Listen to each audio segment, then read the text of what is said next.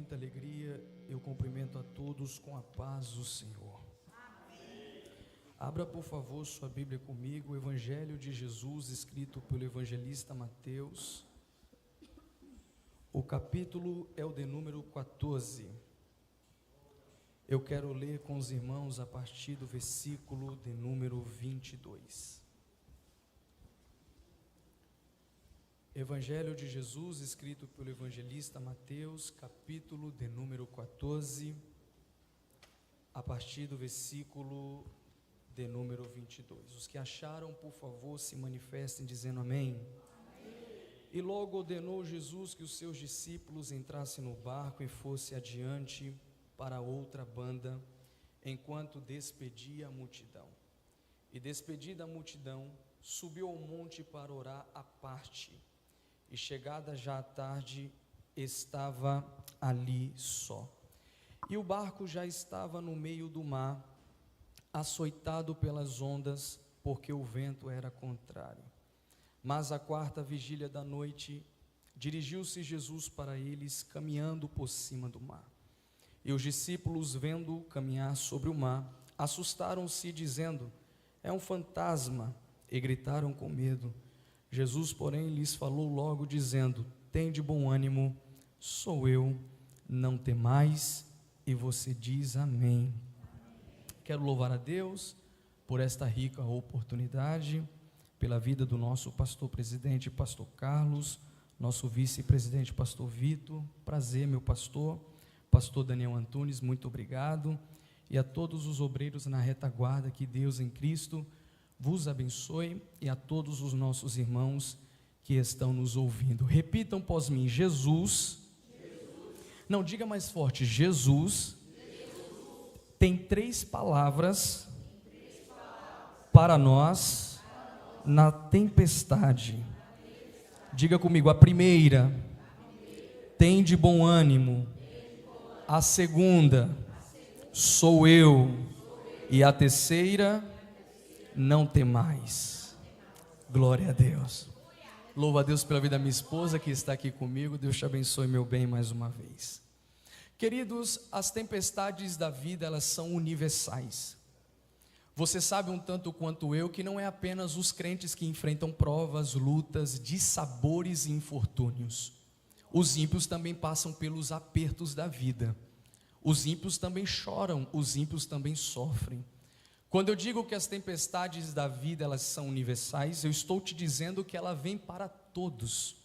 O nosso Senhor Jesus não iludiu ninguém, principalmente os seus discípulos, quando em João 16, versículo 33, ele disse: no mundo tereis aflições, mas tende de bom ânimo, eu venci o mundo. Jesus, ele apresenta a verdade de que aqui nós teríamos dificuldades, mas ele mostra uma outra verdade, de que também aqui a gente não ficaria abandonados. Isto é, eu estou de pé, você está de pé, o ministério está de pé, as nossas casas estão de pé. Não é porque somos bonitos e nem belos, mas é porque as boas mãos do Senhor têm nos segurado e também nos têm sustentado. Quando a gente fala de tempestades, a gente tem uma grande diferença daqui de dentro como lá do lado de fora. Qual é a diferença, Samuel Ângelo? É que aqui dentro a gente passa e Jesus passa conosco. E lá fora eles passam, mas eles passam sozinhos.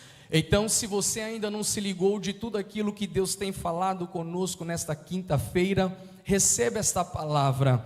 Jesus tem te guardado até aqui, tem te sustentado, apesar das tempestades das nossas vidas e também da nossa existência. Mas nós lemos um texto que é muito oportuno, de acordo com o tema ao qual está proposto, que é Jesus andando por cima do mar. Diga só pela última vez: Jesus anda por cima do mar. Contexto explica texto. Precisamos entender primeiro que o contexto de Jesus, uma vez mais manifestando o seu poder pela natureza, até porque Ele é o Criador e Senhor de tudo e de todas as coisas, e quando Ele fala, todas as coisas se submetem, porque Ele tem a palavra de comando e também a palavra de ordem. É interessante que no versículo 13, a gente acompanha o contexto desta narrativa, que de alguma forma Jesus ele gostaria de por um tempo ficar sozinho, e isto é quase incomum nos relatos dos evangelhos, porque aonde Jesus chegava, multidões se aproximavam, e lá estava Jesus atendendo, ajudando e também curando e ajudando todas as necessidades ao qual estavam diante dele. Mas aqui, por alguma razão, Jesus ele quer ficar um pouco a sós. E talvez se você me perguntasse, Samuel Ângelo, por que Jesus está querendo ficar sozinho neste momento? É porque no início do capítulo, que é o 14, ao qual lemos, Jesus recebe uma notícia um tanto quanto triste, que João Batista, um grande profeta, aquele que veio para preparar o caminho do Senhor, havia morrido por conta de uma perseguição de um rei furioso e bêbado. E por esta razão Jesus ele gostaria de ficar sozinho, pois o texto nos informa que ele vai para um lugar deserto e apartado. Que é isto? Ele queria se isolar por algum tempo e por algum momento. Mas o que é contraditório é que a Bíblia diz que as multidões souberam que lá estava Jesus, e o que elas fazem? Vão atrás de Jesus. Só que o versículo 14 enche o meu coração de fé e esperança, porque a Bíblia diz que Jesus, ele viu uma grande multidão. Note esta expressão. Jesus tinha todo o direito de dizer: agora eu não quero atender ninguém porque eu sempre o faço. Agora eu não quero ajudar ninguém porque eu sempre ajudo. Agora eu não quero tocar em ninguém porque eu sempre toco. Mas Jesus aqui nos ensina, pastor Vitor e pastor Daniel, que ministério é isso? É eu colocar a dor do outro acima da minha dor. Jesus ele está triste, mas ele vai consolar aqueles que estão tristes. Jesus ele está ferido, mas ele tem capacidade de curar e sarar aqueles que também estão feridos. Samuel, não entendi, vais entender agora. Muitas vezes você precisa de um abraço, e vai Jesus e te coloca alguém para que você possa abraçar. Muitas vezes você precisa de uma palavra, e Jesus envia alguém para que você dê uma palavra. E às vezes tu dizes: Senhor, tu não estás enxergando a minha dor e o meu aperto, me abandonaste. Jesus está dizendo: não, eu não te abandonei. Porque o apóstolo Paulo diz na sua carta aos Coríntios que o Deus das consolações, ele nos consola à medida que também nós consolamos aos outros. Muitas vezes estamos aqui pregando com o coração contrito, e a gente está dizendo: ó Deus, eu não queria falar, mas Deus está, vai falando, porque eu vou te curando e também vou curando o meu povo pela palavra. Muitas vezes você está aqui cantando e adorando, e alguém diz: está tudo bem, e nem sabe as lutas que tu tens enfrentado, mas Jesus está dizendo: vai louvando, porque enquanto tu louvas aqui, eu cuido das tuas situações lá do lado de fora. A Bíblia diz que Jesus teve compaixão e ele vai atender a multidão. O que é isso, Samuel? Graça, não tem outra explicação, é apenas graça. Jesus deixa a sua dor de lado, Jesus deixa a sua tristeza de lado e vai atender a todas as pessoas. Agora veja que ainda no versículo 14 a Bíblia diz: e curou todos os seus enfermos amados. A Bíblia diz que era uma multidão, e é Jesus dizendo mais ou menos assim: se tiver alguém necessitado, não precisa se apressar, porque hoje eu vou atender a todas as necessidades.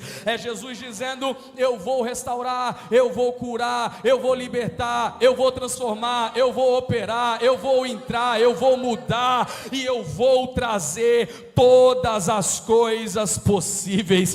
Perceba, por favor, que quando Jesus ele está curando a todos, é uma grande multidão. O culto ali tinha hora para começar, mas não tinha hora para acabar, porque Jesus sentiu uma grande compaixão pela multidão. A Bíblia diz no versículo 15 que o culto já estava com horário avançado. O texto diz: e chegando já à tarde, os discípulos vão perceber um problema. Qual problema, Samuel? Que a multidão já estava faminta também pudera. Eles estão desde o início com Jesus. Jesus está atendendo a todos. Mas aí olha que interessante, amados, que os discípulos vão dar uma sugestão para Jesus, logo para Jesus. Mas Jesus não vai acatar essa sugestão, porque eles chegam até Jesus à parte e dizem: Senhor, o lugar é deserto e a hora é já avançada.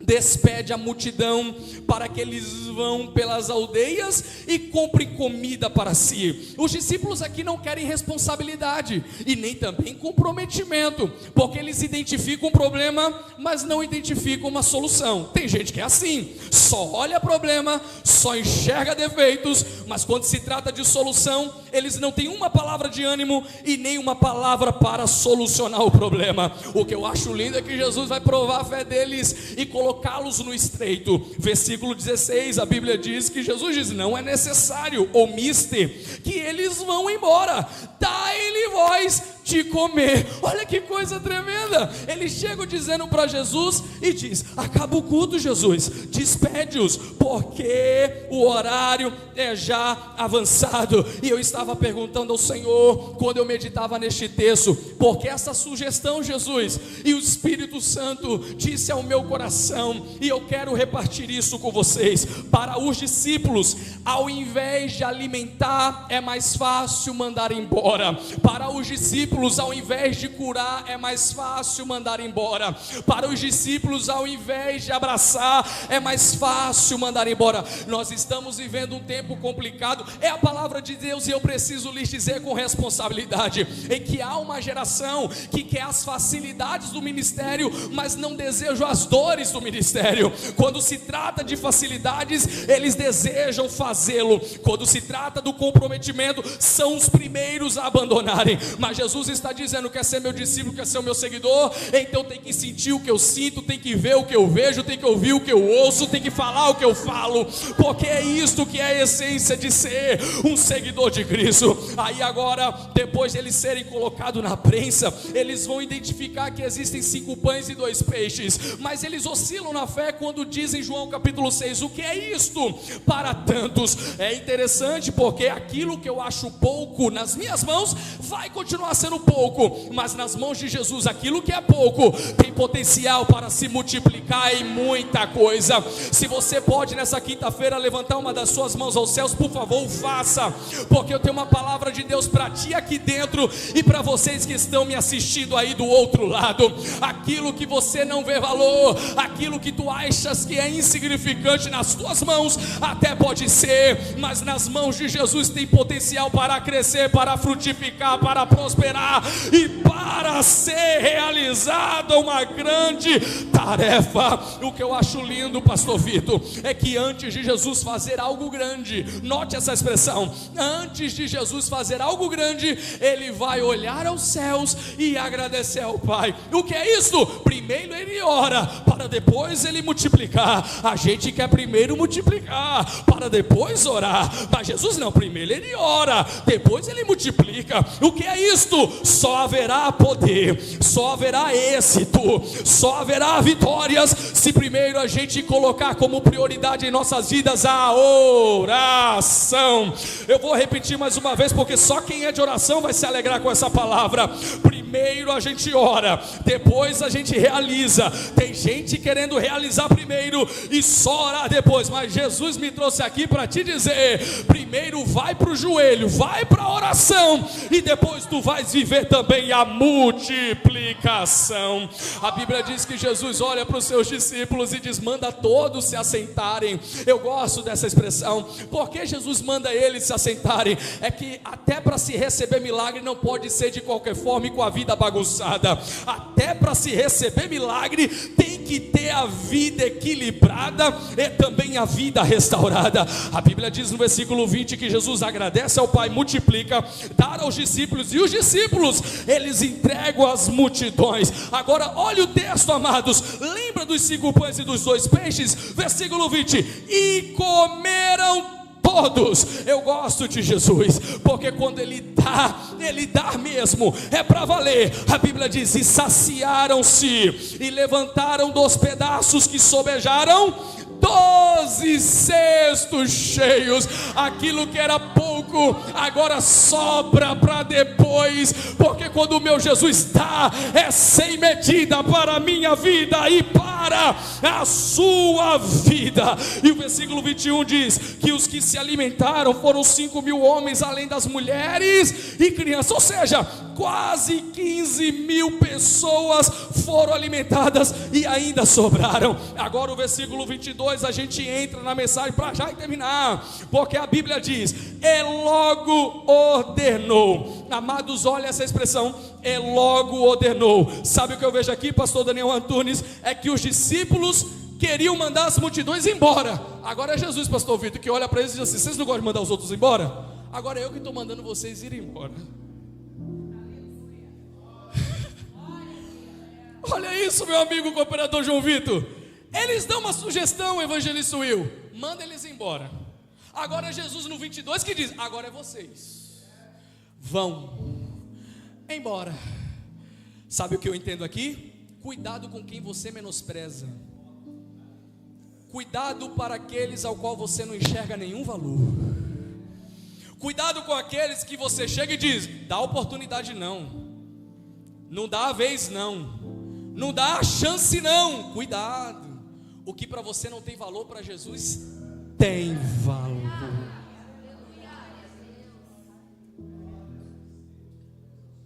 Vocês não mandaram eles embora? Agora é eu que estou ordenando, vão embora. Irmãos, o texto de Marcos capítulo 6, a expressão não é estou ordenando. O texto diz que Jesus os obrigou. Irmão, quando Jesus manda, vai. Quando Jesus mandar ficar, fica. E quando Ele mandar você avançar, você avança. Porque quando Jesus manda, tem que se obedecer. Aí os discípulos obedecem. Eles vão para outra banda e Jesus, Ele fica despedindo a multidão. Sabe o que eu vejo aqui? A multidão que os discípulos queriam que Jesus dispensasse, Jesus diz: eu vou ficar com eles, saudando a todos, despedindo a todos, porque o que não tem valor para vocês, tem valor para mim. E agora é interessante, porque no versículo 23, os discípulos já estão a caminho, lá no mar, e despedindo a multidão, a Bíblia diz, olha que coisa fantástica, Jesus ele subiu ao monte para fazer o quê? Orar à parte. Ora, o que acabou de acontecer? Milagre. Jesus ora para realizar o milagre, e Jesus ora depois de ter realizado. Será que Jesus está ensinando alguma coisa aqui para a gente nessa quinta-feira?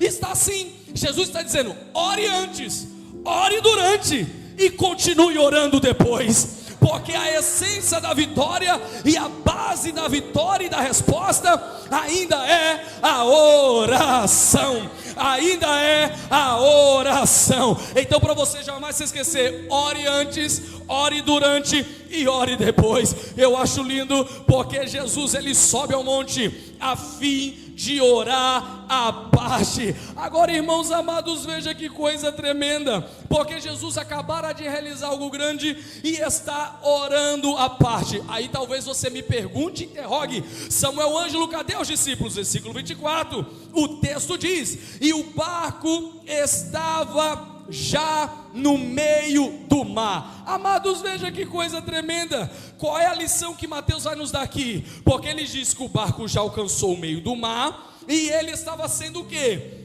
Açoitado pelas ondas. Veja agora, porque o vento era contrário. Uma coisa é remar, uma coisa é navegar com vento favorável, outra coisa é quando o vento ele é contrário. O interessante é que a palavra açoitado no grego significa besanizo, e esta palavra só tem um significado: colocar em teste, colocar à prova. Aqui tem uma lição do Espírito Santo de Deus para nós, porque aquilo que nós chamamos de prova, Deus chama de teste.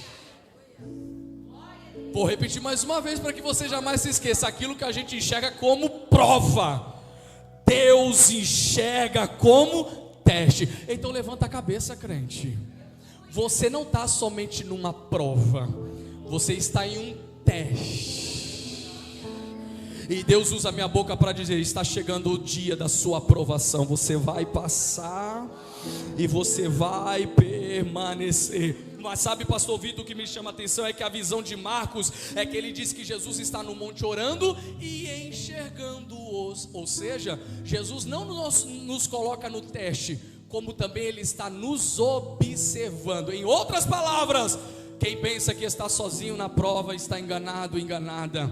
Jesus está me vendo e Jesus está te vendo. Jesus está me observando e Jesus está te observando. Mas entenda que ele diz que Jesus está orando e vendo. Aqui é outra lição da oração para nós. Porque quem ora enxerga o que os outros não conseguem enxergar. Você já percebeu que quem ora sempre é mais otimista, sempre mais derrama uma palavra de fé, sempre mais acredita ainda que há o impossível? Samuel Ângelo, o que você está querendo dizer é que é fácil identificar um crente que ora e um crente que não ora. Como é que é um crente que não ora? Você fala para ele como que está a vida, amado, ele diz, não está bem não. Como é que está a vida, amada? Não vai bem não. Como é que está a tua vida, crente? Não está nada legal não. Estou quase parando, estou quase desistindo, estou quase entregando os pontos. E um crente que ora, Samuel, é diferente. Você chega para ele, como é que está, irmão? Ele diz assim, eu estou na prova, mas eu já estou enxergando o final dela, porque não existem provas que durem para sempre. Levante as mãos. Elas têm um início, mas já está decretado também o final de todas elas, e o nome do Senhor será glorificado. Veja que eles estão sendo açoitados pelas ondas, eles estão no meio. E amados, existe algo significante aqui, porque o meio fala de uma trajetória que percorremos e fala ainda de outra que nós devemos percorrer para chegar até o final. O meio é a hora do desânimo, o meio é a hora da dor, o meio é a hora do aperto, o meio é a hora da aflição. Talvez seja por isso que Abacuque, quando faz a oração do avivamento, ele diz, aviva, ó Senhor, a tua obra. No começo não, porque no começo é o gás, no começo o fervor, no começo é a pujança, no começo o crente vem terça, vai quarta, vem na quinta, vem na sexta, vem na escola bíblica dominical, na consagração, ele não perde nada. Não é no começo que vem um avivamento, mas ele ora pelo avivamento aonde? Aviva, ó Senhor, a tua obra no meio dos anos. E no meio dos anos notifica. O que ele está dizendo? É no meio que vem a maior luta, é no meio que vem a maior prova, é no meio que vem as maiores perseguições. E Deus usa a minha boca aqui para alguém para dizer, não importa se você está no meio, sendo açoitados e estando na maior pujança da tua prova e da tua dor, haverá um tempo de restauração para a tua vida, para a tua casa, para a tua família, para o teu ministério. Eu estou profetizando e dizendo, essas ondas não vão sobrepor a tua vida. Jesus hoje estende as mãos para ti e te diz, eu te socorro. Eu estou sentindo a presença de Jesus aqui, eu estou sentindo a graça de Jesus nessa palavra aqui, porque Jesus vai vir nos socorrer no meio. Porque Samuel Ângelo, ele vai vir nos socorrer no meio, porque ele vai dizer, você precisa ainda chegar até o fim. Você precisa ainda chegar até o fim. Eclesiastes capítulo 7 versículo 8, a Bíblia diz, melhor é o fim das coisas do que o início delas. Daniel capítulo 12 versículo 13, tu porém, Daniel, vai até o fim. Mateus capítulo 24 versículo 13, a Bíblia diz que vai alcançar o reino não é os que chegam primeiro, mas é aquele que perseverar até o fim, este será salvo. Levante as mãos para receber essa palavra. Tem crente aqui que achou que não ia chegar até o fim, mas Deus usa a minha boca para dizer, tu vais chegar até o fim. Será que você pode colocar com carinho a mão nesse irmão e dizer assim, fica tranquilo, você vai chegar até o fim? Isso é profético, diga para ele, diga para ela, fica tranquilo, fica tranquila, você vai chegar até o fim. Vocês que estão me assistindo aí, recebe essa palavra, vocês também vão chegar até o fim. Teu ministério vai chegar até o fim, a tua família vai chegar até o fim, todos aqueles a quem tu amas vão também chegar até o fim, porque vem escape e socorro de Deus para a tua vida. O versículo 25 nos mostra que Jesus sabe a hora certa de nos socorrer e de nos atender. Pastor Vitor, muitas vezes a gente quer na nossa hora, pastor Daniel, a gente quer evangelizar no nosso momento, a gente quer no nosso tempo. Mas deixa eu te falar, se é que eu conheço um pouco o nosso Senhor Jesus, Ele nunca vai chegar na hora que a gente deseja. Samuel Ângelo, quando é que ele chega? Geralmente é quando todos os recursos nossos se esgotam aqui, é que ele se manifesta e diz: achou que era teu fim, não é? Receba um escape da minha parte. Porque o texto diz no versículo 25: mas a quarta vigília da noite. O que é isso, Samuel? Os judeus dividiam a vigília em 4 turnos. O primeiro compreendia-se das 18 horas às 21. A segunda vigília das 21 à meia-noite. A terceira da meia-noite às 3 da manhã. E a quarta vigília era das 3 horas da manhã até às 6 da manhã. Jesus não vem na primeira. E não se esqueça que os discípulos estão aonde? No meio, sendo o quê? Testados, açoitados. Ele não vem na segunda, também não vem na terceira. Quando é que Jesus vem, Samuel Ângelo? Ele vem na quarta vigília. E a pergunta que eu faço é: por que Jesus na quarta? É porque de alguma forma Ele está nos ensinando a depender e a ter mais fé, de que quando a gente não consegue com as nossas próprias mãos, só tem uma forma da gente fazer. Salmo 121: elevo os meus olhos para os montes, que é de onde vem o meu socorro. O meu socorro, ele vem do Senhor, que fez os céus e a terra. Samuel Ângelo, não entendi. Quando o médico dizer para você: acabou. Quando o juiz bater o martelo e dizer: não tem como revogar a sentença. Quando o homem te dizer não, você vai dizer: eu ainda continuo crendo que o meu Redentor, ele vive, e em breve ele vai se levantar sobre a terra para justificar a minha causa. Jesus, ele vem na quarta vigília da noite. Mas sabe o que é interessante? É que a maior lição aqui é que Jesus não pegou um barco e foi navegando até o encontro deles. Ele poderia fazer isso. Jesus não foi nadando. Humanamente falando, isso seria impossível porque era uma tempestade. Mas é mais lindo e profundo ainda, porque o meu Jesus e o teu Jesus têm capacidade de fazer isso aqui. O que? Andar por cima das águas. Irmãos amados, qual era o medo dos discípulos? O mar. E o que Jesus está fazendo? Andando. Jesus, em outras palavras, está dizendo assim: aquilo que dá medo em vocês está debaixo.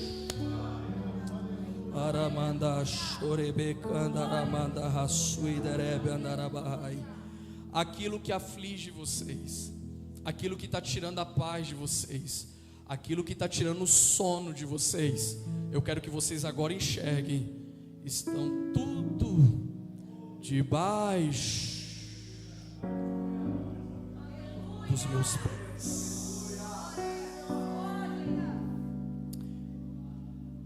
Paulo, ele entendeu o que é esta autoridade de Jesus quando na carta aos Filipenses, capítulo 2, versículo 5, ele começa a falar sobre o esvaziamento, a encarnação, o ministério, a morte, a ressurreição e a ascensão de Jesus. Ele diz: de sorte, irmãos, que tem em vós o mesmo sentimento que houve em Cristo Jesus, que sendo em forma de Deus não teve por usurpação ser igual a Deus, antes aniquilou-se a si mesmo, assumiu a forma humana e se fez carne, e sendo obediente até a morte, morte de cruz, pelo que também Deus o Pai o exaltou soberanamente, lhe deu um nome que é e está acima de todo nome, está acima dos céus, da terra e até debaixo da terra, para que ao nome de Jesus se curvam todos. O que é isso, Samuel? Totalidade. Os anjos o adoram porque ele é maior que os anjos. Os homens o adoram porque ele é maior que os homens. E debaixo da terra, até debaixo da terra ele tem que ser reverenciado, porque ele está acima de tudo e de todas as coisas. Eu quero te dizer que este teu problema para o meu Jesus e para o teu Jesus, ele não é nada, está tudo no controle de Deus. Mas entenda que Jesus vem caminhando, e aquilo era para os discípulos olharem. Nem sei se a visibilidade ali era boa, mas se o fosse, era para eles olharem e dizer: glória a Deus, aleluia, Jesus. Mas foi isso que eles fizeram? Não, porque a mente deles estava dominada apenas por uma coisa: vento e mar, mar e vento, vento e mar, mar e vento. E Jesus usa a minha boca para dizer para ti que se você ficar se concentrando mais nas provas, as provas vão parecer maiores do que elas são. E Jesus hoje está curando e abrindo a tua visão para que você enxergue o teu Jesus acima do teu problema, porque Jesus, ele pode mais, ele tem mais, ele faz mais, ele opera mais, ele age mais, porque para todos os grandes problemas da vida, o meu Deus é grande, o meu Deus, ele ainda é maior. Eles estão afundados pelo medo e pela dor, e eles olham e dizem: não é possível, é um fantasma. Amados, isso aqui era uma bênção, e eles estavam achando que era uma maldição. Porque todas as vezes que a gente se concentrar mais na derrota, a gente não vai conseguir enxergar as vitórias. Quanto mais a gente enxergar os problemas, a gente nunca vai conseguir ver uma aparente solução. É por isso que eu amo o jovem Davi, no primeiro livro do profeta Samuel, capítulo 17, porque Saul, que era um homem que saía sobre os ombros diante do povo, deveria lutar com o gigante, não foi. O exército preparado deveria lutar com o gigante, não foram. Mas vem um menino que só cuida de ovelha e falou com Saul: permita-me lutar contra o gigante. E pastor Vitor, é interessante que Saul vai dizer para ele assim: você não pode. E tem gente que é assim, ele tem uma incapacidade e quer transferir para você. Você está com coragem, você está com vontade, você deseja enfrentar, e você diz: eu vou, Deus vai me dar vitória. E ele diz: não, você não pode não. Por quê? Porque eu não consegui, você também não vai. Ora, então porque você não consegue, significa que eu não consigo? Não anule a minha fé, sendo que eu tenho um alvo direcionado apenas em Deus. Ô Saul, eu gosto do secreto, porque no secreto não tem likes, não tem visualizações e não tem aplausos e nem torcida. Mas o secreto é gostoso, porque quando os homens não me veem, existe um Deus no céu que está me vendo e contemplando. Deixa eu te dizer, eu já lutei com urso e leão. Você já viu o tamanho dos bichinhos? Pois é, lutei e defendi as ovelhas que não são minhas, mas são de papai. E Deus me deu livramento com o urso e com o leão. E eu vou te dizer, assim será também com este incircunciso filisteu. Do mesmo jeito o Senhor vai me dar vitória. O que é isso? Davi não estava olhando o tamanho do gigante, apesar dele ser gigante. Ele estava olhando para o tamanho do Deus dele, o Deus que pode, o Deus que faz, o Deus que tem, o Deus que é, o Deus que trabalha e o Deus que projeta. E a vitória foi garantida. Eles gritam: é um fantasma, é a bênção, mas eles enxergam com problema, tamanho medo. Mas você lembra que no início dessa mensagem eu disse que Jesus tem 3 palavras na minha e na tua tempestade. Qual é a palavra? Vamos lá, versículo 27, tem de bom ânimo é a primeira, sou eu é a segunda, não temas é a terceira. Isso aqui é profético para a tua vida. Deus tem 3 palavras para ti: tem de bom ânimo. Ora, o que é isto? Comece a se animar no meio do problema. Irmão, tem gente que só quer cantar depois que a vitória chega. Eu quero ver você cantar agora nessa dor, cantar agora nessa prova, cantar agora nesse problema. É possível, Samuel? Claro que é, porque se Jesus está contigo, tu podes dizer: eu não temo a nada e a ninguém, Jesus está comigo e a vitória é garantida, a vitória ela é certa. Eu vou ter bom ânimo, eu vou alcançar o milagre. E Jesus diz: sou eu, não é fantasma. Enxerga a bênção como bênção, enxerga a maldição como maldição. Tem gente que não consegue discernir nenhum nem outro. Sou eu. E a terceira: não temas. Aqui tem um detalhe: em nenhum momento Jesus acalmou a tempestade, mas Jesus está acalmando os discípulos.